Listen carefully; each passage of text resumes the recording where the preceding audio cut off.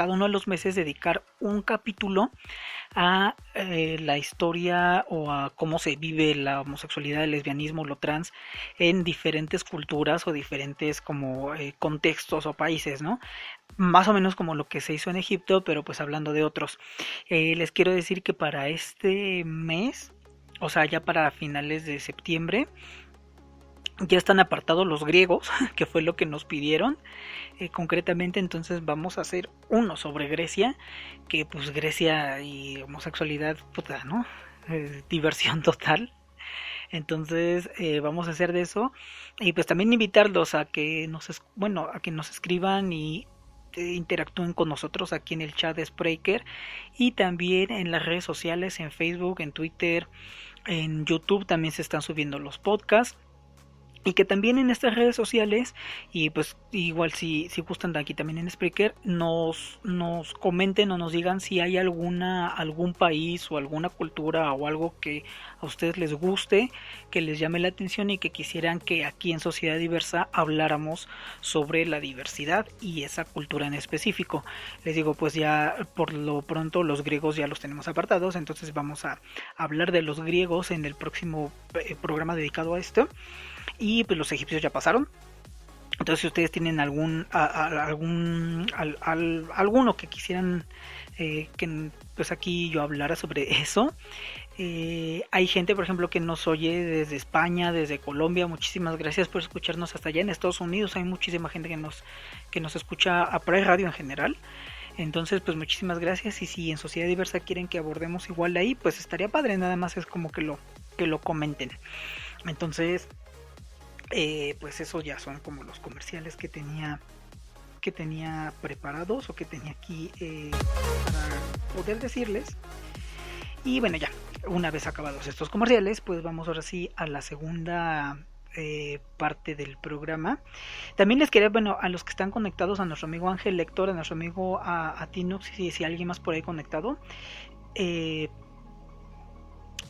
alguien más por aquí conectado, que nos pues digan también ahorita que vamos a empezar a abordar ese tema, pues si ellos, por ejemplo, si están, bueno, no es como por sacarles cosas personales, ¿no? Si nos quieren contar, si no, si están casados, si se piensan casar, si estuvieron casados alguna vez, si conocen a alguien que esté casado, alguien de la comunidad LGBT, cómo ha sido, qué ha pasado, o qué es lo que piensan, se piensan casar, van a ser solteros, qué, ¿no? Sería interesante como abordarlo ya en los últimos minutos. Nos dice igual Ángel que el programa de los griegos igual y da hasta para 2 programas. Yo he estado pensando que hay algunos que pueden dar para 2 programas, pero pues y vamos a ver si se puede hacer en 2 programas, porque tampoco o sea, serían por ejemplo 2 semanas al mes, entonces pues, sería casi medio mes de una cultura. Entonces no sé, igual y si no cabe en uno, si lo puedo hacer en 2, si no procuraré hacerlo en 1, pero bueno, ya lo veremos. Pero de que sí, dan para muchos programas, ¿no? Sobre todo estas como los griegos, que hay mucha información y mucha pasta de dónde sacarle. Pero bueno, eso ya lo veremos en su momento. Ya para estar en la segunda parte de, pues ahora sí, ya lo que viene del matrimonio dentro de la lucha y dentro del contexto LGBT, y porque es como también importante conocerlo independientemente de si nosotros nos pensamos casar o no. Por ejemplo, yo en mi caso pues todavía tengo muchas dudas y no... hasta hace muchos años era antimatrimonio, ¿no? Era así de, no, el matrimonio es una cárcel y yo quiero libertad y así.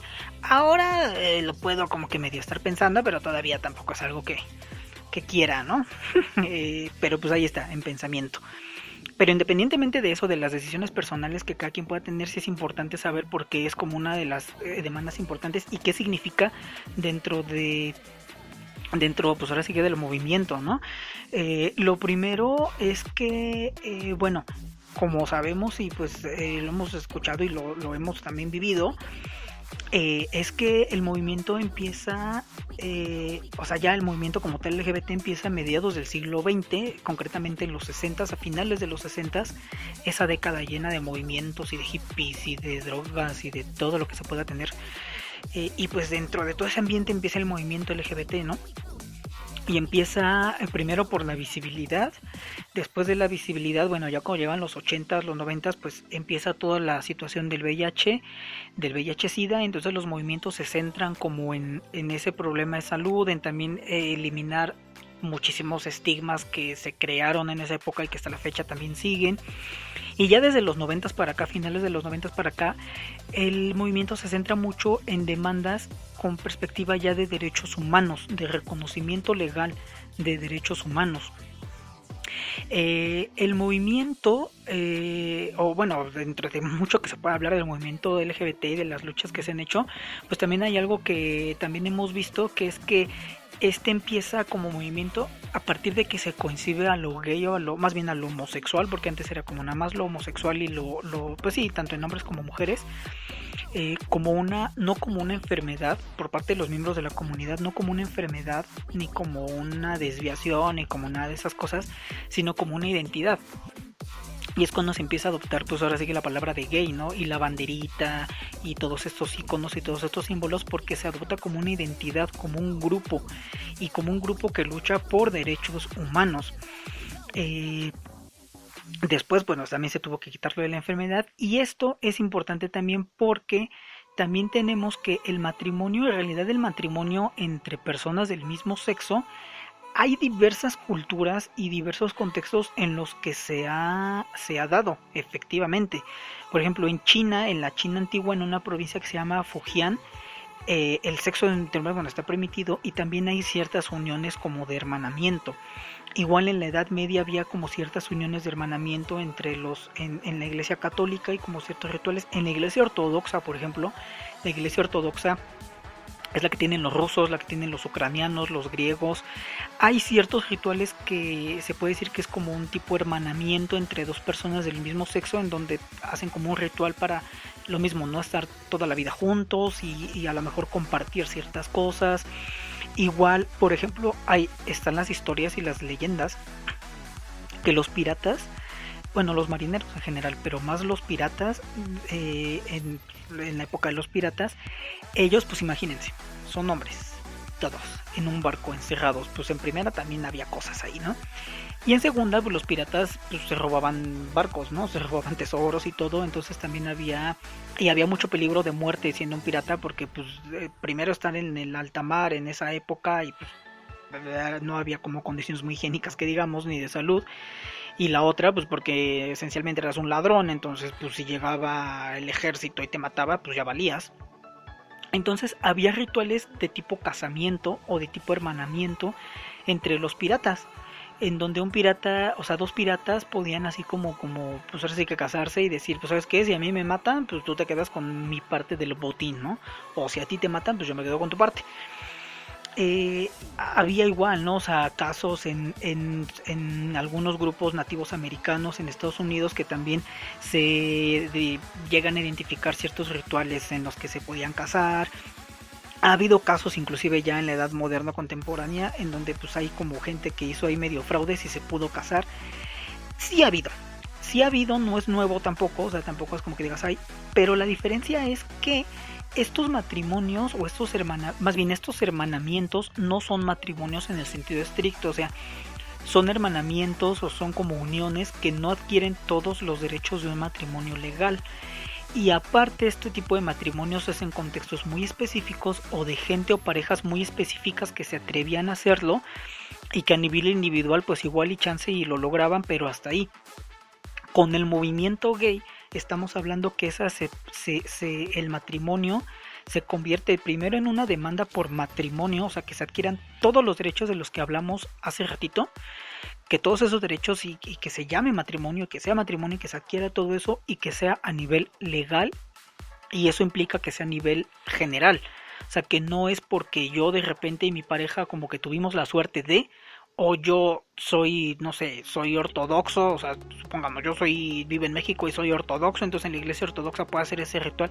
Puedo, porque también la iglesia ortodoxa también tiene su historia de homofobia, o sea, no es que sean liberales, pero bueno, puede que, pero al final eso a mí no me sirve de nada si el Estado mexicano no reconoce un matrimonio legal o civil. Entonces, la demanda es que sea a nivel jurídico, que sea a nivel legal, y esa demanda pues viene a partir del movimiento como de lucha por los derechos. O sea, estamos hablando no nada más como de que si en ciertas culturas y cierta gente lo puedo hacer y hay como posibilidades, no, o sea, es como que sea, que si yo lo elijo, pues eso se puede hacer y que sea a nivel general y que adquiera todos los derechos, ¿no? Igual, o sea, esa es como la importancia también del movimiento, porque igual el movimiento se toma como un movimiento por parte de los derechos humanos. Obviamente, antes de reconocer el matrimonio es que se tiene que tener esa identidad como colectivo, como grupo, porque si no se tiene esa identidad, por ejemplo, en el caso, hubo unas lesbianas famosas en España, en la España de principios del siglo XX, se llamaban, por aquí lo tengo, dejen ver el chisme, se llamaba Judith, no, esa no, se llamaba Marcela, una, y la otra se llamaba Elisa. Una de las dos se travestió, se volvió hombre, engañó a todo el mundo, bueno, engañaron a todo el mundo y se casaron como hombre y mujer, pero en realidad eran dos mujeres, ¿no? Bueno, esto fue una cuestión individual y fue una cuestión de pues yo puedo, ¿no? Pero esto no se podía hacer colectivo hasta que no existiera como la identidad de lo gay, o sea, hasta que estuviera como este movimiento por los derechos de la comunidad. Y obviamente después de eso pues también se tuvo que quitar como enfermedad, porque si lo consideras enfermedad pues obviamente no te dejan casar. O sea, si una persona está con un problema mental muy fuerte y de repente, no sé, tiene una esquizofrenia muy fuerte y no, quitemos esquizofrenia, cualquier cosa, y de repente diga, ¿sabes qué? Yo me quiero casar con mi cama o me quiero casar con mi televisión porque mi televisión está viva, pues ahí dices, bueno, o sea, como que onda, ¿no? Pero es por un problema mental muy fuerte.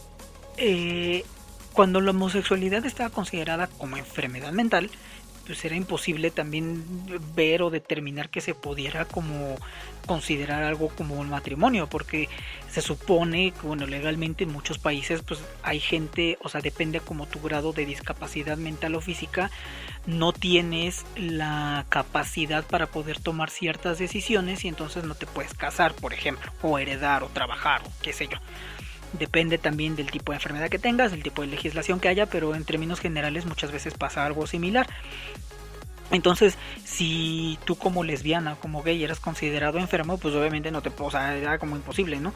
Se tuvo que quitar también la cuestión de la enfermedad mental para que después se peleara por el matrimonio. Por eso la cuestión del matrimonio es una demanda relativamente reciente, no es una demanda de hace siglos y ni de hace 40 o 30 años, es algo relativamente reciente y es lo que ha estado también más en la discusión junto con otras cosas, ¿no? O sea, porque también hay otras demandas, pero es una de las demandas centrales precisamente porque es para adquirir todos estos derechos que en otro contexto no se adquirirían. Por eso, por ejemplo, también se rechaza mucho, el movimiento rechazamos, porque yo me incluyo, la idea de que en algunos países se legalizan ciertas uniones, pero no como con el nombre de matrimonio. O sea, son como uniones civiles, o unión de no sé qué rayos, o hermanamiento de no sé qué, y te otorgan ciertos derechos, pero no todos los derechos que conlleva el matrimonio. Y hay gente incluso que dice, ¿no? Ay, pues que, o sea, si se quieren casar, pues que se unan bajo cierta ley, pero que no tengan todos los derechos. Y uno dice, chinga, ¿por qué no, no? O sea, se supone que el matrimonio, o sea, el tener como esa oficialidad, pues se está buscando, no nada más como por decir, ay, mira, me casé y tuve mi pastel de bodas. Eso también influye, ¿no? Ahorita lo vamos a ver. Pero no nada más es por eso, también es por la cuestión de no, o sea, quiero todos los derechos. Si tú me vas a dar un tipo de unión con la que no me reconoces todos los derechos, pues al final eso a mí no me sirve de nada, porque yo lo que estoy peleando no es por el nombre o porque deje de haber nombre, es por los derechos que implica y por el reconocimiento social que implica también. Porque, por ejemplo, el concubinato en México también adquieres básicamente todos los derechos de un matrimonio con el concubinato, pero también hay un reconocimiento social, ¿no? De estás casado o no estás casado, o de yo como matrimonio, pues así me quiero identificar y así quiero que me conozcan como un matrimonio a mi pareja y a mí. O sea, eso también tiene que ver con esa exigencia de ese derecho. Por eso es muchas veces rechazado o no se acepta el que la legislación como que como que sí te reconozco derechos, pero al final no, o sea, como que sí te puedes casar, pero no le digas boda, ¿no? O sea, eso también es como una parte, ¿no? Dice, por ejemplo, aquí vino los comentarios de Ángel, que es el que nos comentó